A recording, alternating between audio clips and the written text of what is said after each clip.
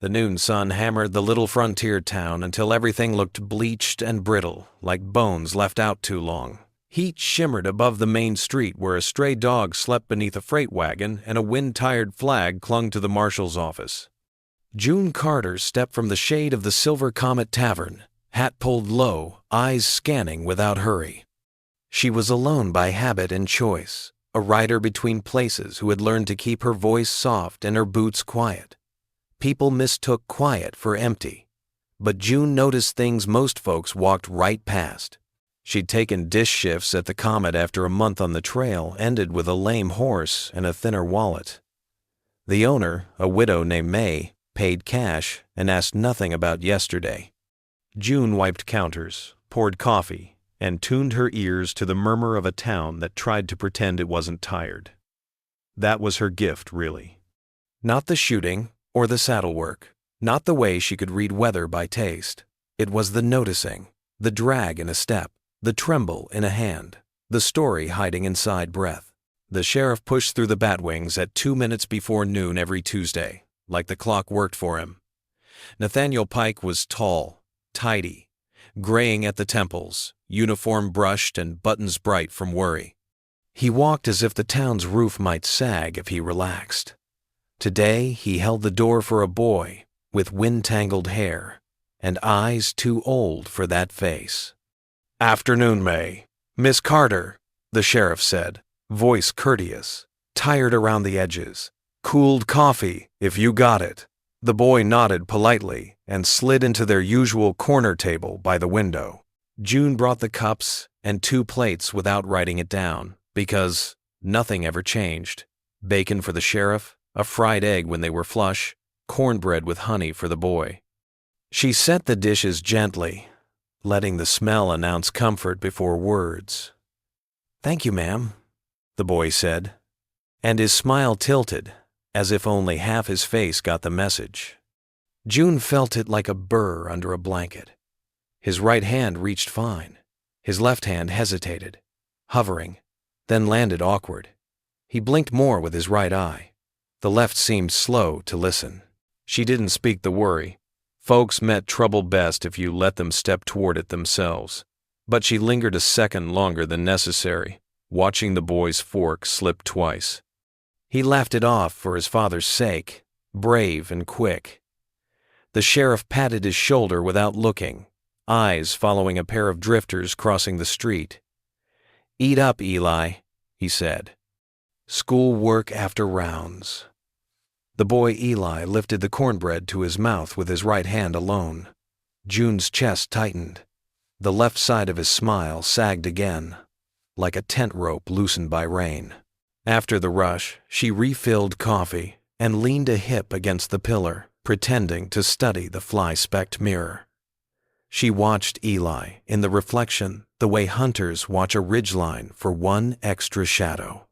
The boy rubbed his temple twice, winced, and pressed his lips together, swallowing something down. June knew that swallow. She'd seen men hide pain under bravado because they thought the world paid out respect that way. Eli wasn't proud. He was protecting his father. That was heavier than pride. She carried the coffee pot to their table and set it down softly. "You all holding steady?" she asked, voice easy. The sheriff smiled a practiced smile. "Best we can in this heat." Eli's eyes slid to the window, away from his father. "Headache?" June asked the boy like she was asking about the weather. He shrugged, tried to grin, and the left side stayed slack. The sheriff's face hardened a notch. "He's fine. Growth pains. He's been clumsy." June nodded, like the answer fit. She poured more coffee, then crouched, eyes level with Eli's. "Would you humor me, kiddo?" He nodded. "Show me all your teeth like you're teasing a coyote." Eli tried. His right cheek rose, his left lagged. June's stomach dropped a fraction and settled into resolve. She lifted her own hands, palms up, and said lightly, "Pretend you're pressing 2 biscuits into mud. Push on my hands both together."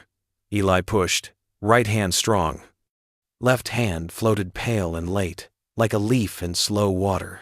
She kept her face calm, like nothing inside her had changed shape. "Thank you, partner," she whispered. Then to the sheriff, still gentle, "I'd like Doc Merriman to take a look. Sooner's kinder than later." Nathaniel Pike's jaw tightened with the worn stubbornness of a man who cauterized worry before it bled. He was up late reading by lamplight. Boys tire easy. June nodded. She didn't argue. "Likely you're right," she said, and meant the comfort, if not the conclusion. "But I've learned." She tapped the side of her neck. "When a river's banking wrong, you don't wait on daylight to move cattle. You move." The sheriff looked at his son. Eli tried to sit straighter, brave as new fence wire, and a shadow of pain crossed his eyes like a cloud. May drifted over with a plate of sliced peaches. The expensive kindness she reserved for widowers, lost travelers, and lawmen who forgot to eat. "On the house," she said. Eli managed a grateful nod. The sheriff stared at the peaches like he'd been handed a riddle. June lowered her voice. "Doc's 3 doors down, Sheriff. We can walk slow. No jolting." The room softened around them, chatter thinning. The piano in the corner, silent for months, looked like it wanted to help. The sheriff exhaled, long and low, hands flattening on the table like surrender. "All right," he said finally. "Eli, finish your peach." The boy took a bite and blinked hard, as if his eyes had sand in them. June set the coffee down, stood, and glanced at May. The widow nodded once, the kind of nod women shared when decisions cost more than pride. June turned back. "No horse," she said. "No wagon. Just our feet and the shade." The sheriff nodded. "Eli, up you get." The boy slid from the bench, his right leg anchored. His left faltered, heel scraping. June caught his elbow with a gentle hand that didn't tremble. Outside, light slapped them. June put herself between Eli and the sun. Her shadow, a second hat. They crossed slowly past the barber, past the seed store where sacks leaned like sleeping calves, past the well where the rope creaked. Eli's breaths shortened, too fast for the distance. "Easy," June murmured. "Pretend your steps are counting clouds, slow numbers." He smiled with one corner, tried to match her pace. The sheriff walked on Eli's other side, big hand hovering near his son's back, authority stripped away until what remained looked like any father, anywhere. Doc Merriman's bell jingled when May's boys ran errands. Today it sounded timid, like it knew it was calling trouble inside. The doctor met them at the door, sleeves rolled, spectacles halfway down his nose. "Sheriff, Miss Carter, Eli." He studied the boy's face, then June's. Something passed between the two adults' old wariness, practiced urgency. Merriman's voice softened. "Back room," slowly. The room smelled of carbolic and cedar shavings, and the light fell clean through the high windows, making even fear look honest. Eli swallowed. June squeezed his hand once and let go, so he could be brave alone. The examination was short, because truth was quickest when it needed to be. Left-sided weakness, facial droop, slurred corner. Merriman murmured, more to the air than to them. He tapped lightly along Eli's jaw. The boy flinched at the temple. "Headache." Eli nodded. "Since when?" "2 days," he whispered. Merriman's eyes flicked to June. She held his gaze steady. The doctor breathed out. "Sheriff, I can't tell you names yet. Fever, vessels, something pressing where it shouldn't. But I can tell you time is a river that don't flow backward. We need to move him to the Railhead Hospital." Nathaniel's face lost color he'd been pretending to own. "I'll hitch the team," he said, already turning. Merriman shook his head. "No wagons, no jostling. We need the town's stretcher and 4 careful men." June spoke quietly. "I'll fetch them." The sheriff opened his mouth to protest. She raised a hand. "You stay. He needs your face where he can find it." It wasn't command, it was faith. Nathaniel Saturday. The boy looked relieved to see his father there, not striding away. "Miss June?" Eli whispered. "I'm scared." She smiled with both corners. "That's how strong starts." June stepped back into the glare and moved fast, without looking fast across Main, through hot dust and hotter stairs, to the volunteer shed where the stretcher hung from 2 pegs, like a memory of winter. She grabbed it and shouldered the weight, then banged on the blacksmith's lintel. "Tom, I need your arms." "You too, Reverend." "No sermon. Just back." The men didn't ask why. June's voice held the grammar of necessity, and the town had learned not to argue with honest mercy. Within minutes, the 4 of them carried the stretcher toward the doctor's door. Inside, Merriman had dampened cloths and kept Eli still with a steadiness that looked like prayer but sounded like instructions. The stretcher kissed the floor. "We'll go feet first," June said. Tom at the head for steadiness, Reverend at the door for opening, Sheriff beside, one hand on the boy's shoulder. "Doctor, ride with us, keep his words calm." No one corrected her. The plan fit like a glove that knew every finger. Nathaniel bent to Eli's ear. "Son, I'm here." June set her palm briefly on the boy's wrist, felt the pulse quick, stubborn. "Let's go." The town narrowed to doorways and breath. People who had opinions for sport suddenly found quiet useful.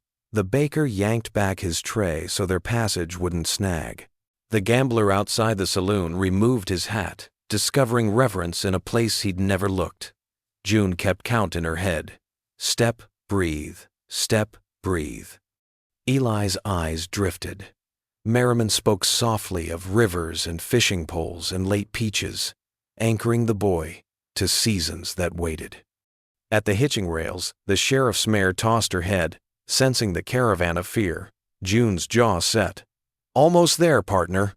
The depot was 3 blocks that felt like 30. Heat lifted off the rails like spirits, and a telegraph clicked behind the ticket window, impatient as a woodpecker. The station master saw their faces and didn't ask for coin. "Special car on the siding," he said, voice hoarse. "We'll flag the 4 to 10. June nodded, thanks without words. Inside the car, they laid Eli on a padded bench, while Merriman arranged folded blankets to steady his neck. June unpinned her neckerchief, dampened it at the tank, and rested it on the boy's forehead. "Feels cold," he murmured. "Good," she said. The whistle cried somewhere east, thin as a promise, and the rails began their distant hum.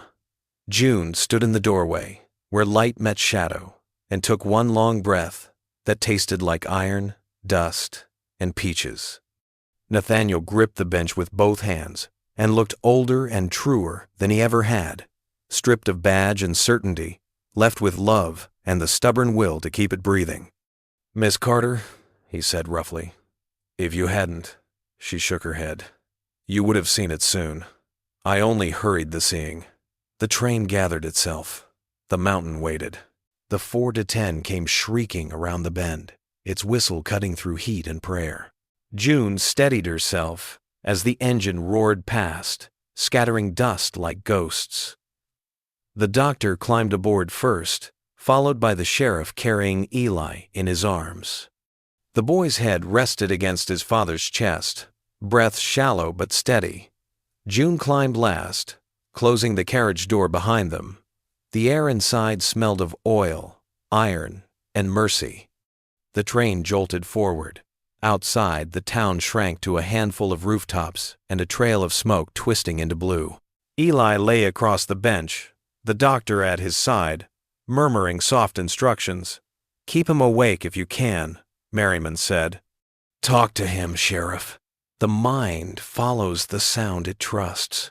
Nathaniel nodded, voice low and tender. "Hey there, buddy. You remember that colt we found last spring? The one that bit my sleeve?" Eli's mouth twitched, a ghost of a grin. "You said we couldn't keep him," he whispered. "That's 'cause he tried to eat the deputy's hat." June smiled faintly. Words were working small steps across a wide river. The train rattled over the plains. each mile clicking beneath them like the pulse of time. June watched through the window as sagebrush rolled by and thunderheads gathered in the west. She'd ridden through storms like that ones that started as whispers, then tore the sky open. Her hands rested on her knees, fingers flexing against memory. Once, long ago, there'd been another boy.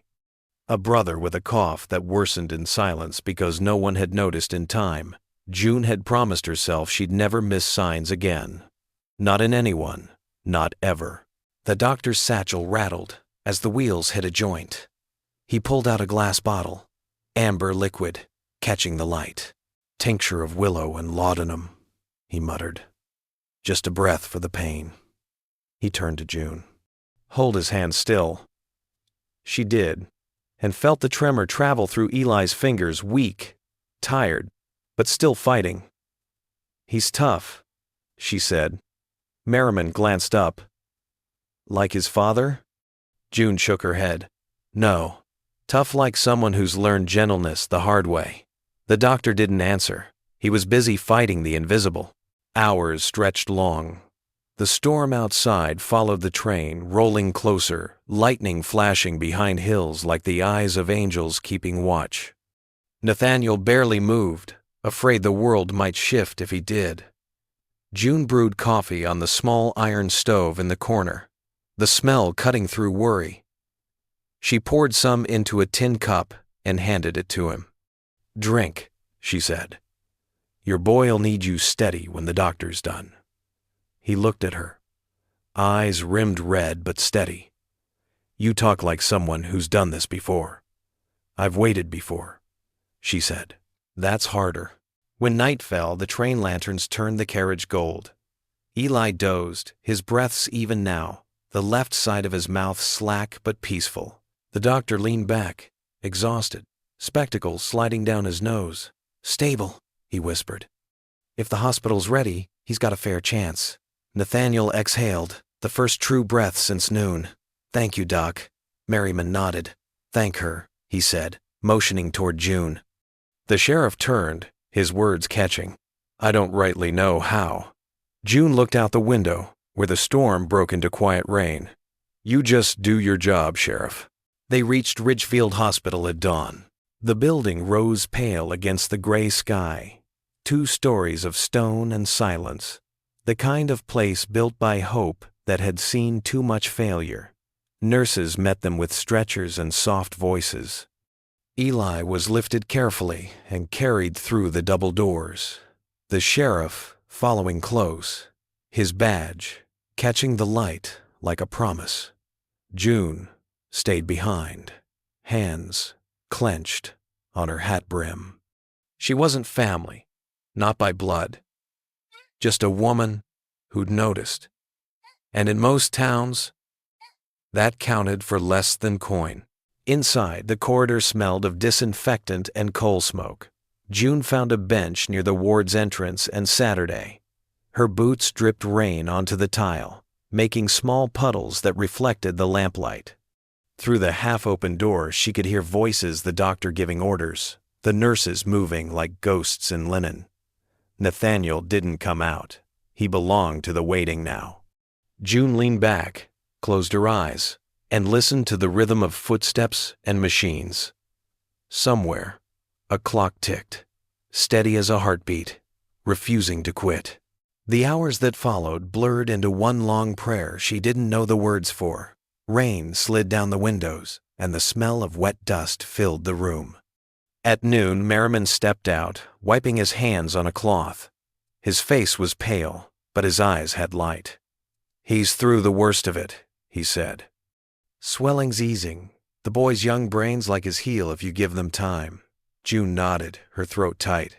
Can he talk? Soon. Right now, he's sleeping. She looked toward the door. Let him dream safe then. Nathaniel appeared minutes later, coat damp, hat in hand. His face looked carved from stone lines deeper, eyes raw. He sat beside her heavily, like a man who'd finally allowed gravity to claim him. He's breathing easy now, he said. Doctor says we were close to losing him. June studied the floor. Close is still alive. The sheriff's voice cracked. You saw it when I didn't. You see danger everywhere, she replied softly. Just not the kind that wears a child's face. He flinched, but didn't argue. Truth was a knife, but she'd honed it gently. Silence settled between them, heavy, but not cruel. Outside, the rain eased, and pale light returned. Nathaniel rubbed his temples. I thought I was raising him tough. The world don't spare softness. June folded her hands. Maybe not, but it spares hearts that listen. He turned to her. You got children, Miss Carter. Her eyes flickered toward the window. Had a brother once. Lost him 'cause nobody thought his cough mattered. Her voice stayed calm, but the ache behind it filled the room. Nathaniel nodded slowly.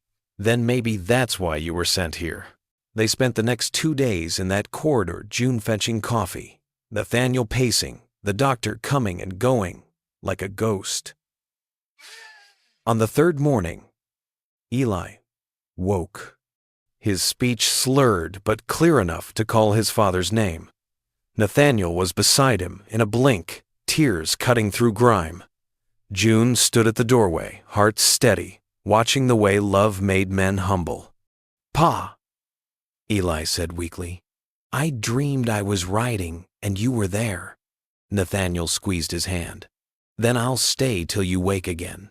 June turned away, eyes burning from dust. Or maybe not dust. By the week's end, Eli could sit upright with help. The nurses called it a miracle, but June called it noticing the smallest act of attention turning into salvation. She helped the boy practice lifting a cup with both hands. Slow, sugar, she said, voice patient. Your body's relearning its own song. Eli grinned crookedly. You sound like the doctor. Doctor's smarter. I just pay attention. He laughed softly, a sound the whole ward seemed to breathe in like medicine. Nathaniel watched from the hall, a smile ghosting beneath the beard he hadn't trimmed in days. That evening, as the lamps dimmed, Nathaniel joined her on the porch outside the hospital. The storm had passed, leaving the air sweet with sage and new rain. He leaned against the rail, arms folded. You planning to ride on when he's better? June adjusted her hat brim. Wasn't planning much at all. Seems the mountain keeps deciding for me. He nodded thoughtfully. You ever think of staying somewhere? She smiled faintly. Staying's dangerous. Folks start to expect things like names and tomorrows. Nathaniel chuckled, the sound low and rough. Can't argue with that. Still, he found her the next morning in the stables behind the hospital, checking her horse's shoes. He's asking for you, Nathaniel said. June glanced up, surprised. Me? Says you make the medicine taste less bad. She laughed softly and followed him inside. Eli was sitting upright, a blanket draped over his lap. His face was still uneven, but his eyes were bright. Miss June, he said, look, I can move my hand again. He lifted it slowly, fingers trembling. June grinned. That's a fine start, partner. You'll be out shooting your pa soon. Days became gentle again. June helped Eli walk the hospital corridor, each step a small victory. Nathaniel carried his son's hat and cane like trophies. One afternoon, the boy turned serious. Miss June, he said, you gonna leave? She paused. Maybe. I don't belong many places. You belong here, Eli said simply. The words struck her harder than she expected. She brushed the boy's hair back. You're kind, but I'm better at passing through. Nathaniel, standing at the door, heard every word but said nothing. Sometimes, silence was the only way to honor truth. By the end of the second week, Eli could walk to the porch without help. The doctor declared the worst over and said rest was the next medicine. June packed her saddlebags quietly that night. Nathaniel found her before dawn, sitting by her horse with coffee steaming in her hands. Heading out? He asked. Sun's not up yet. Best time, she said. no one watching. He studied her face, the calm strength, the tired grace. You saved my boy. That makes you part of this place, whether you ride or not. She smiled sadly. Places forget easy. Eli appeared at the door, barefoot, hair sticking up like wheat in wind. You're leaving? He asked. June set down her cup. Just for a while. You listen to your pa and the doc. He ran to her, hugging her leg. You'll come back? She hesitated, then bent and whispered, when the wind smells like rain again. He nodded, trusting even promises built from weather. Nathaniel watched as she mounted, the sky paling behind her.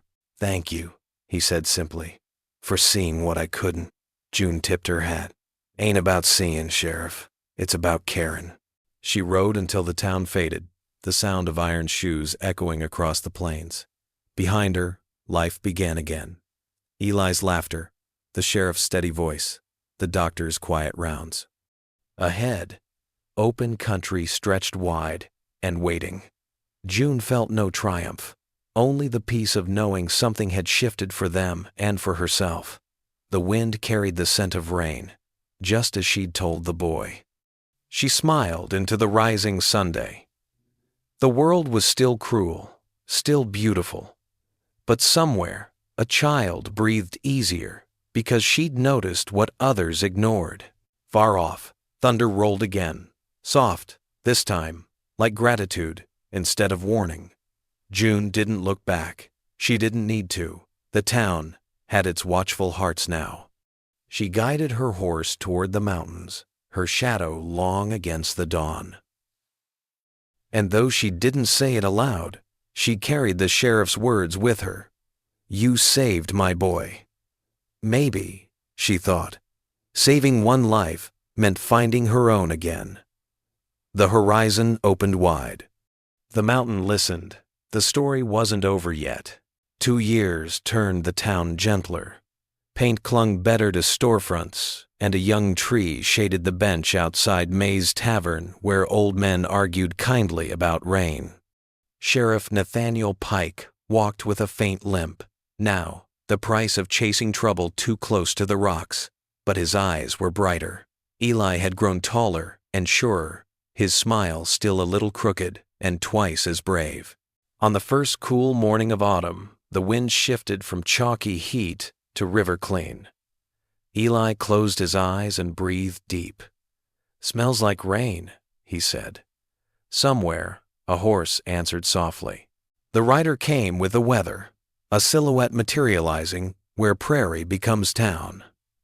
June Carter didn't wave or whoop. She tipped her hat once and eased her mare down the street. Like returning didn't cost her anything. Folks remembered and nodded. Some smiled the way you do at a hymn you haven't heard in years. Nathaniel stepped from the office before he knew his boots had moved. Eli beat him there, taller by a head, hair like wind. Miss June, he called, voice breaking with a joy he thought he'd outgrown. She dismounted, grinning small and real. Howdy, partner. They met in front of the hitching rail, the way rivers meet clay softly. Anyway. Eli hugged her with a thump that almost knocked her hat off. Look at you, June said, hand on his shoulder, measuring strength the way she measured weather. You grew into your courage. Nathaniel removed his hat and found more words than he'd planned. You said you'd come when it smelled like rain. She shrugged. Seemed polite to keep a promise. Behind them, thunder muttered like an uncle not ready to leave. May appeared with coffee, already pouring. Welcome home, she said. And meant it. They sat inside while rain stitched the street into one long silver thread. June listened to the town between sips. The piano tuned a half-step closer. The clink of honest coin, a baby's serious burble. Eli told her about reading to ranch hands at night, so his voice didn't forget clarity, about practicing left-handed roping until the rope remembered his hand. Nathaniel spoke less, watching the way June steadied the room by existing. He had learned that certain company eased the parts of a man he kept bolted shut. With June, The bolts were merely hinges. Trouble arrived quiet as dust. It started with Mrs. Lavery's boy, feverish and unfocused, leaning on the mercantile barrel like the wood was a friend. By sundown, 3 children were flushed, hands trembling, breath short, eyes refusing to track the way they ought. Folks said heat, said bad water, said theater nerves. June listened to the rhythm beneath their guesses. She heard the same offbeat she'd heard once before in a different town with a different kind of sorrow. She set down her cup and stood. "Doc Merriman?" Nathaniel asked. June nodded. "And the well?" The doctor's office was already crowded with whispers. Merriman looked up, relief and fatigue stitched into his brow. "Could use your eyes," he said without ceremony. June moved bedside to bedside, not touching first, only watching. The delayed grip, the slack corner, the way a blink took the long road home. She crouched to the smallest girl and asked for her biggest grin. One side obeyed, the other sulked. June's voice stayed calm. "Doc, it's walking the same trail." Merriman exhaled. "I feared it, not stroke, but some fever-swelling minds." Nathaniel's hand found the doorframe. Rain thickened into a sheet that could rinse a year clean. June loosened her scarf and tied back her hair. "We need quiet rooms, dim lamps, and cool cloths. No jolting wagon rides unless you must. Feet are kinder. Send for clean water from the North Spring. Boil what's left. Reverend can open the church for cots. May will run soup like a general." Commands, yes, but wrapped in a tone that tasted like steadiness. The doctor nodded, already writing. Nathaniel looked once toward Eli, who stood ready. June caught the look. "He's strong," she said. "Let him carry." By midnight, the church smelled of vinegar, bread, and wet wool. Lightning stitched the windows, turning faces briefly to bone and back to flesh. June moved aisle to aisle with measured steps, counting breaths, catching drifts of panic before they hardened. "Talk to them," she told parents. "Tell them stories their bodies remember. The creek, the red pony, that stubborn goat. When a boy's eyes wandered, she guided them home with a finger he could follow." When a girl's hand fluttered, June pressed her own palm lightly against it until the tremor chose rest. Eli hauled buckets from the North Spring with 2 ranch hands, and the schoolmaster, legs sure, shoulders easy. Every trip he scanned the pews for June, the way travelers scan the horizon for water. She'd lift her chin in a small nod. Good work, keep breathing, and he would. Nathaniel carried benches, hammered stakes, and delivered gentle orders that surprised men who mistook steel for volume. When fear rose in the back of the room like a rumor with teeth, he stood there and let it see his face until it decided today wasn't the day. At dawn, the storm backed down to a friendly drizzle. June and the doctor compared notes by the altar rail. 2 slipping worse, Merriman said. 3 holding. June rubbed 2 knuckles together, thinking. The 2 both drank from the west cistern yesterday. Merriman blinked, impressed, and resigned. Likely. Nathaniel shook rain from his hat brim. "I'll post a man at the well." June's mouth curved. Post 2. Fear makes folks thirsty. She looked across the rows and found a mother dozing upright, child's breath steady against her shoulder. "We buy time with quiet," June murmured. "Then the body bargains." Eli approached, hat in hands, cheeks flushed from cold and usefulness. "Miss June," he said, trying to sound older and failing, "you want me at the west cistern or here?" June studied his face, the same brave architecture as before, expanded by 2 years of choosing kindness. "Here," she said. "You're good at keeping little ones awake with tall tales." He grinned, crooked, saluted, and moved off toward the nervous cluster. Nathaniel watched him go and felt awe land like a hawk, heavy, holy. "He mirrors you," he said quietly. June shook her head. "He mirrors the love he received." Sometime near noon, a cry tore the room's fabric.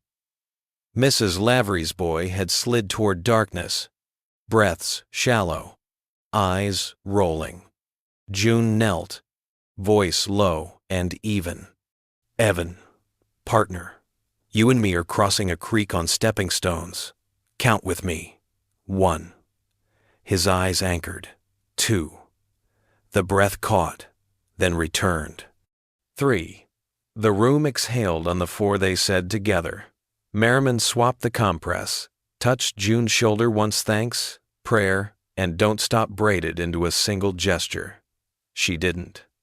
She told Evan about clouds that look like cattle and boots that squeak when they're honest. The second night was harder. Strength cost more. Hope charged interest. June's hand shook once when no one watched. Out on the steps she found Nathaniel already there, hat off, head bowed toward rain-polished planks. "Had to breathe," he said. She leaned against the post beside him.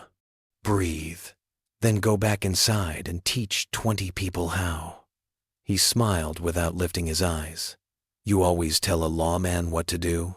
Only the tired ones." He nodded, rain running from his hair. "Thank you for coming back." June studied the far trees. "I wanted to see who the boy became." By morning, the fever broke in half the cots. Sweat cooled, hands steadied, faces remembered themselves. 2 children still wandered the edge, but the edge moved farther from the cliff. The town changed posture, less braced, more grateful. People who had prayed loudly now whispered thanks into soup bowls. Merriman's shoulders dropped an inch. He cornered June by the font with tired glee. "I'll write to the city, ask for proper pumps, filters, education." June smiled. "Right, then show with your hands. Folks trust what they can carry." He nodded. "You sound like an old doctor." "I sound like your student." Eli, who had barely left the church, finally Saturday June brought him water and an orange she'd saved from some forgotten saddlebag. He turned the fruit in his hands like treasure. "You kept your promise," he said through a yawn. "About rain." She shrugged. "Weather's dependable about indecency and mercy both." He peered at her. "You staying now?" Nathaniel listened from the doorway, pretending to be busy with a crate. June took a breath that had 100 miles in it and let it out slow. "I might. Or I might orbit. But I won't vanish. In despite of the dard for." That afternoon, Mrs. Lavery found them all, with baskets, bread, candles, ribbon, "for the angels," she said, meaning June and not minding blasphemy. June blushed like someone not trained for praise and passed half the bread to the next cot.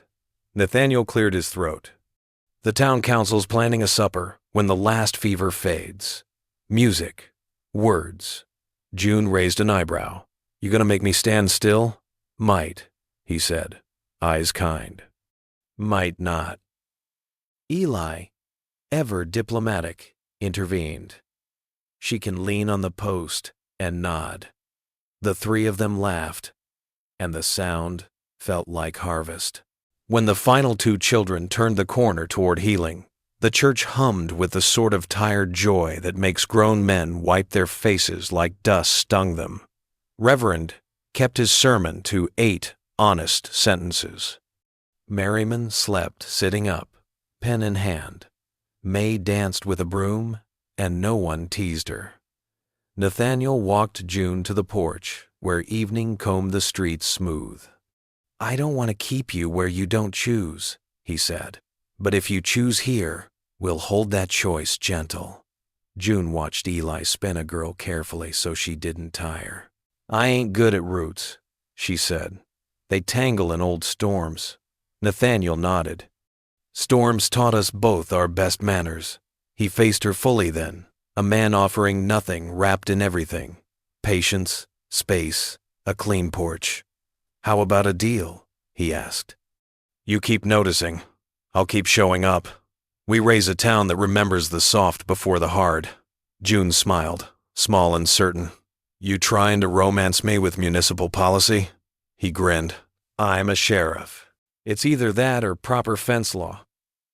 She laughed, and the choice in it sounded like yes. They kept the supper simple. Stew thick as gratitude, fiddle tunes and chairs close enough for knees to learn each other's names. Eli stood on a crate and thanked June with a speech that ditched polish for heart. "She saw me when I was sinking," he said, "and she saw us this week too." He lifted his cup to noticing. The church echoed the words until they felt like a pledge. June didn't cry exactly, but the world blurred kindly for a moment. Nathaniel set a hand near hers on the table, not touching, just available. Before dawn returned to its wordless work, June saddled her mare and rode to the ridge above town. She looked back, smoke lifting straight, the church lamp winking, the well roped off, and newly painted with care. Eli would outgrow his crookedness into something unmistakably his. Nathaniel would walk his beat with lighter boots. Merriman would write and build. May would season everything with mercy. June turned her horse, but only part way, then looped down the slope instead of out across the prairie. Roots, she thought, aren't just anchors. Sometimes they're hands. The wind smelled like rain again. She went home.